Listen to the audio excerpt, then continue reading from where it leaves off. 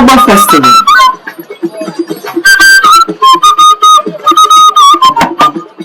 A rite of passage like no other.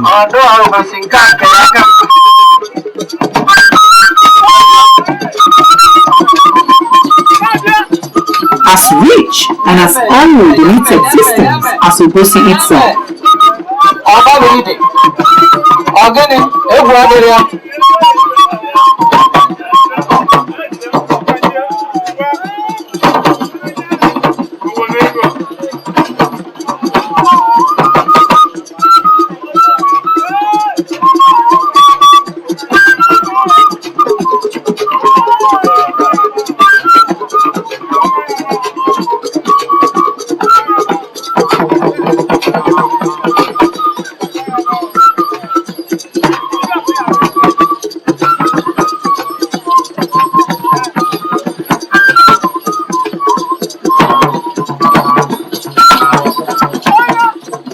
Together with the Itogbo Festival, one of its foremost indigents has arguably single-handedly helped to bring Obosi to international prominence.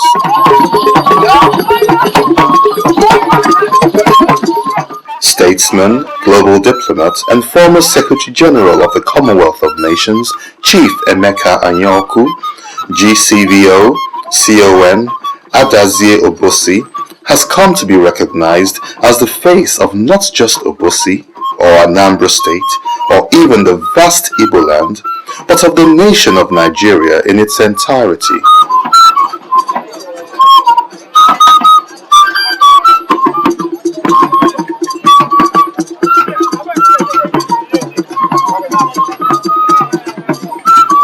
He was gracious enough to grant me audience at his Obosi residence, where we talked freely about politics, his early childhood, his career and interests, and of course the unique Obosi culture of the Itogbo.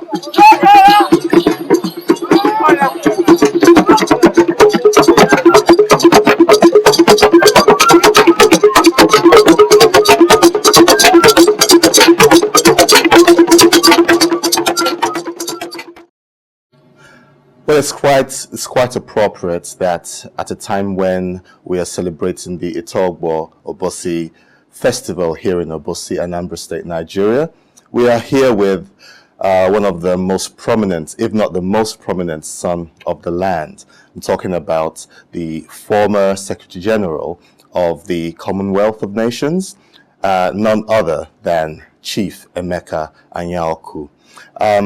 Chief, thanks for having us, sir. Thank you very much. My pleasure to welcome you to Obosi. Thank you very much, sir. Now, you've done a lot of work internationally in the diplomatic service, in the Commonwealth service. That's like been your whole career. You were born on January the 18th, 1933.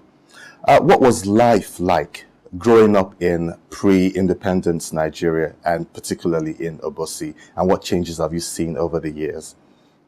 Well, if I may start from Obosi.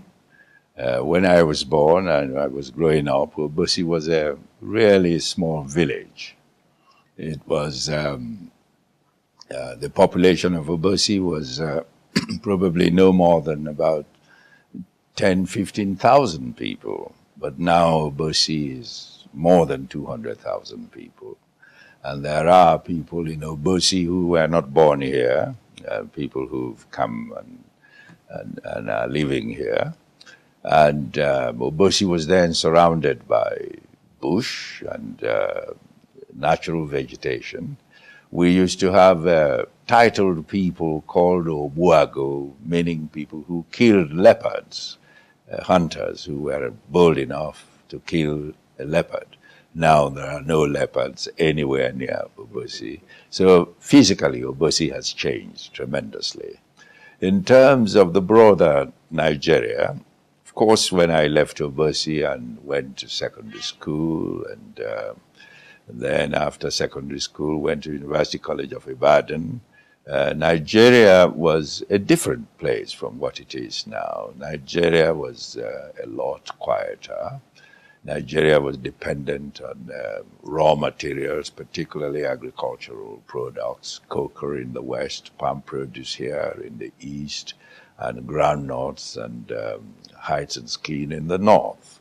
And Nigeria was, in my view, a happier place then, because we didn't have this cutthroat competition for money making, which is now the order of the day. And where there was electricity in Nigeria, it served for the whole day and night. Now, of course, with the explosion in population and great urbanization, the population is constantly being chased by the facilities. So we now have inadequate electricity supply and in some cases inadequate water supply. These were not common experience when I was growing up. And so Nigeria, of course, Nigeria has made tremendous progress in terms of developing its economy, in terms of developing some of its infrastructure, in terms of educating its people. Nigeria has made great progress, which must not be underrated. But that's a very different Nigeria from the one that I was when I was growing up. Thank you very much, sir. Now, obviously, with the advent of the independent state of Nigeria back in the 60s, you were one of the foremost diplomats who took up office in the diplomatic service. What was it like, or what's the best part of your diplomatic career that has spun close to half a century? Well, in terms of the best part, there are three phases of my diplomatic career. I was a Nigerian diplomatic officer, and then I was at one point Nigerian foreign minister, and then for a much longer period, I was in the Commonwealth Service at the Commonwealth Secretariat and ended up being Commonwealth Secretary General. So if you were to ask me the high points of my diplomatic career, I would undoubtedly say that the highest point was the role I played in the transition in South Africa from apartheid South Africa to a democratic South Africa.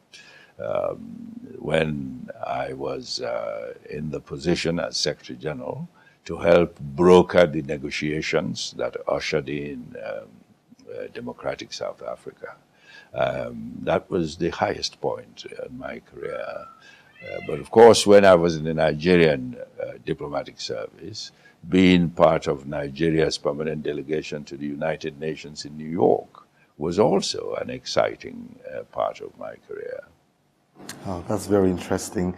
Now, we're here for the Itogbo Obosi Festival, which has very important, significant ramifications in terms of culture, society, and even as far as economic and political aspects of not just Obosi or Anambra State, but the country at large.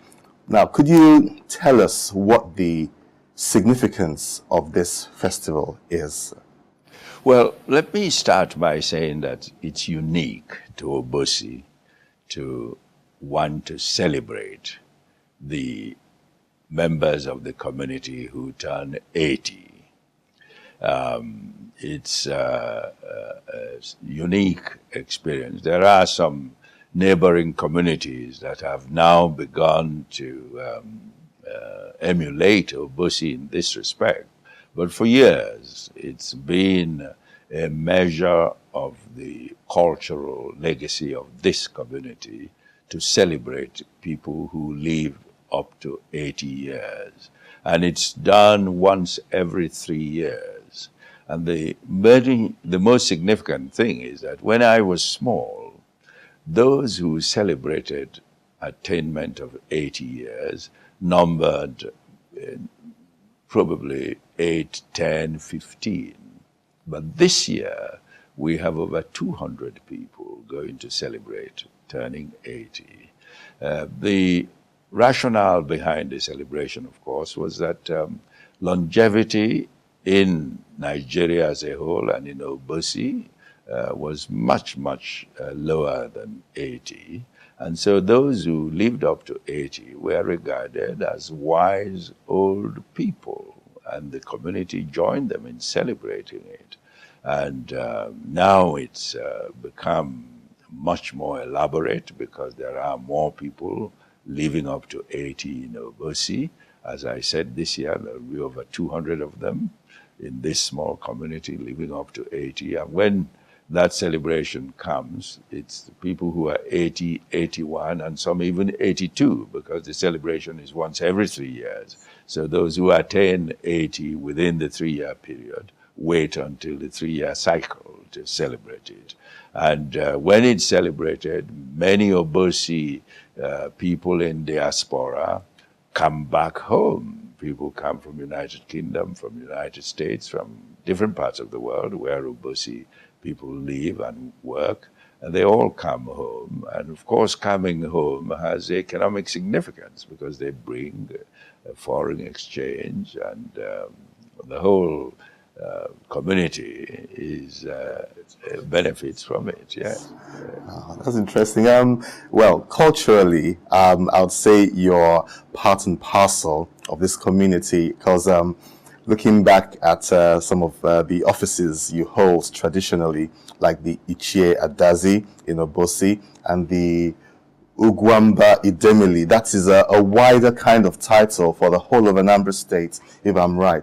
So you're very much entrenched in the cultural and traditional setting of Igbo land and Nigeria as a whole. I'm sure there's so many other titles that one can't recount. So do you think that culture still has a place in the development of our country and world, perhaps? I believe so. I'm a great believer in the importance of the cultural roots of individuals. And I'm a global citizen, of course. By career and inclination and experience, I like to think that I'm a citizen of the world.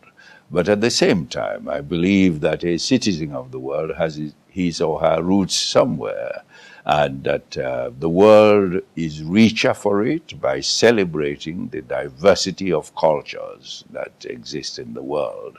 And so, although I have lived more than half of my natural life abroad, I have seen to it that I maintain my contacts with my roots. I come back to Obosi every Christmas. I don't live here permanently, but I come home every Christmas with my family. We usually here from middle December to end of January every time. And I think it's important that people should remain in touch with their cultural roots. And Nigeria, for example, is as rich a country because of the diversity of its peoples. Of course, it's important that one should not allow cultural identification to be an obstacle in the way of national identification. Nigeria is our country. We are all Nigerians, but we are Nigerians whose roots are in different parts of the country, and we celebrate the diversity. The country is richer for that. Thank you very much. You're also involved in a few charity organizations. Most notably, of course, is the Worldwide Fund for Nature. Can you just tell us briefly about your involvement and how it came about? Well, I was always keen on protecting the environment.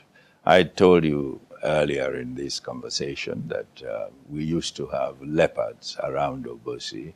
I'm one of those who deeply regret the destruction of the physical environment around Obosi, that we no longer have wildlife near Obosi because of the pressure of population. So my concern for the environment was what led me into WWF. And so when I was greatly honored to succeed in the position that His Royal Highness Prince Philip, Duke of Edinburgh, had held, he was international president of WWF for over 16 years. And I was asked in 2001 to take on that responsibility. I was greatly honored. WWF is the premier global conservation organization. Its headquarters is in Switzerland, but it operates in more than 100 countries around the world. And its main concern is the preservation of our planet, because our planet, at the moment, if we maintain the existing lifestyle that the human beings all over the world maintain, by 2030, we would need 2 planets to sustain human activities. And so the importance of environmental and conservation organizations working with governments and the private sector and the civil societies to preserve and protect nature is greatly increased every time. And I am very, very keen on that. Thank you very much, sir. We can't leave you, of course, without asking, in view of the Itogbo Obosi Festival and its significance in reaching that landmark 80 years, what the secret of longevity is, in view of the fact that you are probably 3 or 4 years away from that yourself. What's the secret, sir, of longevity? And if I might cheekily add, the secret of a long, successful, fruitful marriage like you have, sir? Well, I think the secret of longevity lies first in lifestyle and eating habits. Obosi people have traditionally eaten natural, organic food. Lots of vegetables, lots of fresh food, and that helps. These days of junk food and so on, those are not helpful to good health. And also, in terms of the environment, fresh air. You see, one of the joys I have when I come to Obosi, to this my home, is the freshness of the air and the surroundings. That helps. In terms of marriage, I've been very fortunate. My wife and I have now been married for 46 years, and we are both, I come from Obosi, my wife comes from Abeokuta. We have lived abroad for most of our married life, but we've settled in Nigeria when I retired from my office in London. And we still travel, of course, because I still have a number of international commitments. And I suppose that the main secret in happy married life is mutual accommodation and mutual understanding. Wow, thank you very much, sir. It's been a pleasure for us to, and an honor for us to speak to you and get these wise words from you. Of course, they are invaluable, and the Obosi Festival that we're here to celebrate would not be complete without you and your input, of course. We thank you very much for this honor, and we say good luck with all your future endeavors, sir. Thank you very much indeed. I'm very glad to welcome you to Obosi.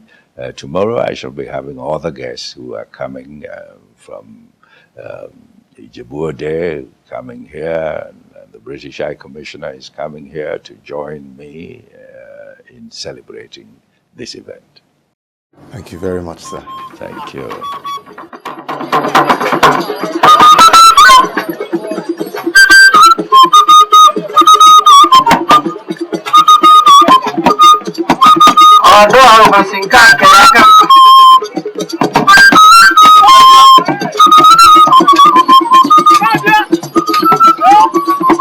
Nyame.